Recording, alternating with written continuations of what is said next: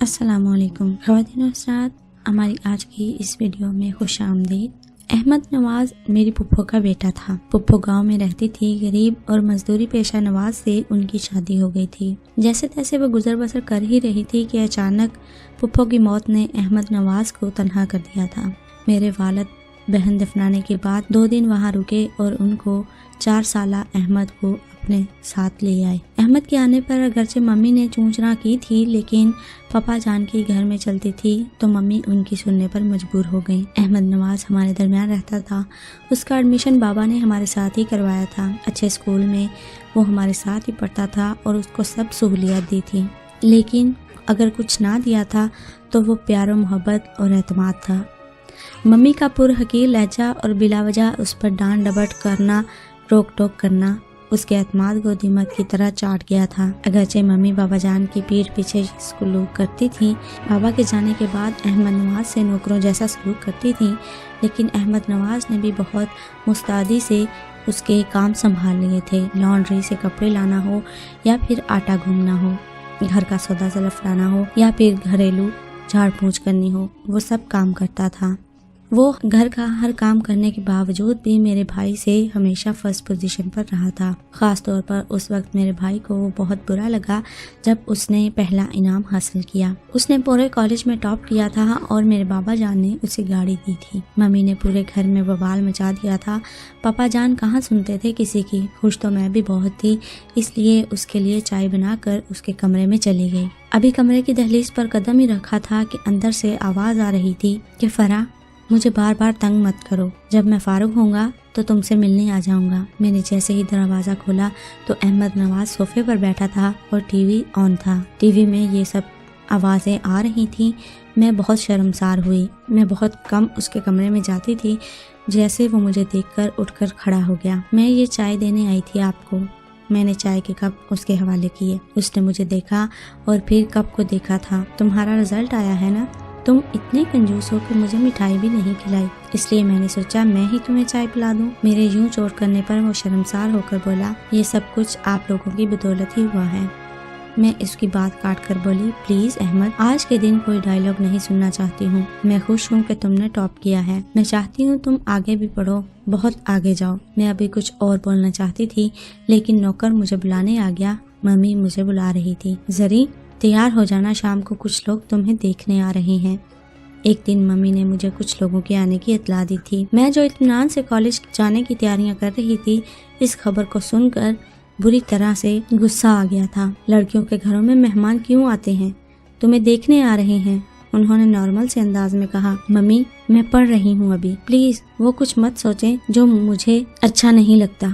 تمہارے بابا جان چاہتے ہیں تمہارا رشتہ طے کر دیا جائے، بے شک شادی کچھ عرصے بعد ہی کر دیں گے، وہ کہہ کر جا چکی تھی، جبکہ میرا دل پتے کی طرح لرز رہا تھا کہ احمد نواز کے حوالے سے امی سے کیسے بات کروں۔ احمد نواز کا نام سنتے ہی ممی تو آگ بگولا ہو جائیں گی۔ اور پھر لڑکے والے آئے اور مجھے پسند کر کے گئے اور کچھ ہی دنوں بعد میری منگنی ہو گئی۔ لیکن میں دل ہی دل میں منصوبے بنانے لگی کہ اگر احمد نواز مجھ سے محبت کرتا ہے تو میں منگنی توڑ دوں گی۔ احمد نواز نے BA کر لیا تھا، لیکن مجھ پر نظر ڈالنا تو کیا، وہ مجھے دیکھنا بھی گناہ سمجھتا تھا۔ اس کی یہ لاتعلقی نے مجھے پیچ و تاب کھانے پر مجبور کر دیا۔ اس کو اپنی جانب راغب کرنے کے کتنے ہی منصوبے بناتی، لیکن میرا ہر منصوبہ ناکام ہوتا جا رہا تھا۔ پتہ نہیں وہ پتھر کا انسان تھا یا اس کے سینے میں دل نہیں تھا، وہ میری جانب دیکھتا ہی نہیں تھا۔ انہی دنوں احمد نواز کو خبر ملی کہ اس کا باپ ہمارے شہر چھوڑ کر گاؤں میں جا رہا ہے۔ بابا جان نے اس کو روکنا چاہا تھا، لیکن اس نے یہ کہہ کر بات ختم کر دی کہ اس کا باپ کب سے اس کی راہ دیکھ رہا تھا، اس کو واپس جانا ہوگا۔ ممی کے لیے تو احمد نواز کے جانے کی خبر خوشی کی نوید تھی، اور میں جو اس کے جانے کی خبر سن کر ادموئی ہو گئی تھی اور خود کی بھی خبر نہیں رہی تھی۔ ایک دن میں نے احمد نواز سے اقرار محبت کرنے کا سوچ لیا تھا۔ میں نے ایک طویل خط لکھا جس میں میں نے اپنے سارے حالات اور اپنے دل کا حال لکھ کر بیان کر دیا۔ میں نے وہ خط اس کی ٹیبل پر رکھ دیا اور اس کے جواب آنے کا انتظار کرنے لگی۔ آج احمد نواز کو گئے 6واں دن تھا کہ میں ہر روز اس کا انتظار کرتی تھی، شاید اس کے خط کا جواب آ جائے، لیکن اس کا کوئی جواب نہ آیا۔ میں بے کلی میں احمد نواز کمرے میں چلی گئی۔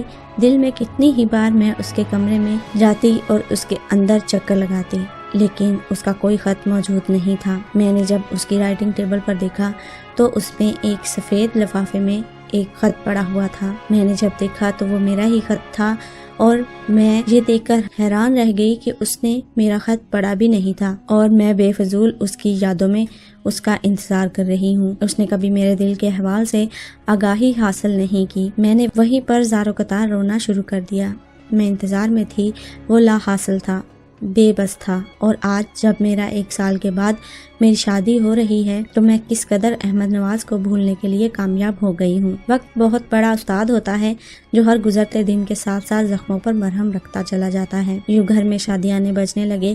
شادی کا ماحول بھی تھا۔ نوکر نے مجھے چٹھی لا کر پکڑائی۔ میں پہلے اس چٹھی کو دیکھتی رہی اور میری تمام دوستیں تو شادی پر آ رہی ہیں، پھر یہ کون دوست ہے جس نے مجھے چٹھی لکھی تھی؟ میں نے چٹھی کو الٹ پلٹ کر دیکھا اور جو ہی لفافہ پھاڑ کر میں نے چٹھی نکالی، یقین مانو میرے پیروں تلے سے زمین نکل گئی تھی۔ پیاری زری، چٹھی کی پہلی سطر نے ہی مجھے چونکا دیا تھا۔ میری نظر بےتابی سے اگلی سطروں کو پڑھنے لگی۔ زری، تمہارے لیے حیرت انگیز بات ہوگی یہ سن کر میں بھی تمہیں چاہتا ہوں۔ احمد نواز کے الفاظوں نے زری کے سر پر بم پھوڑ دیا تھا۔ وہ گرنے کے سے انداز میں صوفے پر بیٹھ گئی، لیکن میں کبھی یہ جرأت نہیں کر سکا کہ تمہیں بتا پاؤں۔ تمہارا خط پڑھا، دل کو تقویت ہوئی کہ محبت کے اس سفر میں اکیلا مسافر نہیں ہوں۔ لیکن زری، میں بزدل تھا۔ میں ہی جانتا ہوں ماموں جان مجھے بھلے ہی قبول کر لیتے، لیکن تمہارے بھائی اور ماما مجھ بھی نوکر کی حیثیت سے تو قبول کر سکتے تھے، لیکن داماد کی حیثیت سے کبھی قبول نہیں کریں گے۔ میں شادی کر رہا ہوں اپنی پھپھو کی بیٹی سے۔ وہ نہ تمہارے جتنی حسین ہے اور نہ ہی تمہارے جتنی پڑھی لکھی، لیکن زری وہ مجھ سے محبت کرتی ہے، اتنی نہ صحیح جتنی میں تم سے کرتا ہوں، لیکن میں اس کو قبول کر رہا ہوں، یہ سوچ کر کہ ہماری قسمتوں میں ہی یہی لکھا تھا۔ ہفتے بعد میری شادی ہے، کارڈ بھیج رہا ہوں، اگر ٹائم ملے تو آ جانا۔ فقط تمہارا احمد نواز۔ احمد نواز کا اقرار نامہ میرے سامنے تھا۔ مجھے شکوہ تھا احمد نواز سے کہ اس نے میرے دل میں بجھتی لو کو ہوا دی تھی۔ اب یہاں عاشقی کے بھانبر جل رہے تھے۔ جب اس نے منزل کا یقین کر ہی لیا ہے تو مجھے اپنے دل کے جانے والے راستے کا پتہ کیوں بتایا؟ میں جو کہ آج نیا سفر شروع کر رہی تھی، پھر سے وہی راستے پر آ کر کھڑی ہو گئی۔ اس نے محبت میں مجھے بہت بڑا دھوکہ دیا تھا۔ خواتین و حضرات، اپنی قیمتی رائے سے ضرور نوازیے گا، کیونکہ زری اور احمد نواز کی کہانی سچی ہے۔ کہانی کا ایک ایک لفظ سچ ہے۔ محبت میں انسان بہت کچھ کر گزرتا ہے، لیکن اس کی انا اور اس کی عزت نفس سب سے بہتر ہوتی ہے۔ آج اگرچہ احمد نواز اور زری دونوں اپنی زندگیوں میں مگن ہیں، لیکن ایک خلش دونوں کے دلوں میں ابھی بھی موجود ہے۔ خلش اس محبت کی ہے جس کو دونوں نے بھایا تھا۔ زری چونکہ لڑکی تھی جو کہ اپنے جذبات کا اظہار نہیں کر سکتی تھی، اور احمد نواز ایک مجبور مرد تھا جو کہ احسانوں تلے دبا ہوا تھا، جس کی عزت نفس اسے یہ سب کرنے پر مجبور نہیں کر سکتی تھی۔ امید ہے ہماری آج کی کہانی آپ کو پسند آئے گی۔ ویڈیو پسند آنے کی صورت میں لائک کرتے ہوئے شیئر ضرور کیجیے گا، اور میرے تمام نئے آنے والے ویور سے التماس ہے جنہوں نے ابھی تک ہمارے چینل کو سبسکرائب نہیں کیا، وہ جلدی سے ہمارے چینل کو سبسکرائب کرتے ہوئے بیل نوٹیفیکیشن کو آن کر لیں تاکہ مزید آنے والی ویڈیو کے حوالے سے معلومات حاصل کر سکیں۔ ملتے ہیں ایک اور ویڈیو کے ساتھ، تب تک اپنا خیال رکھیے، ہمیں دیجیے اجازت۔ اللہ حافظ۔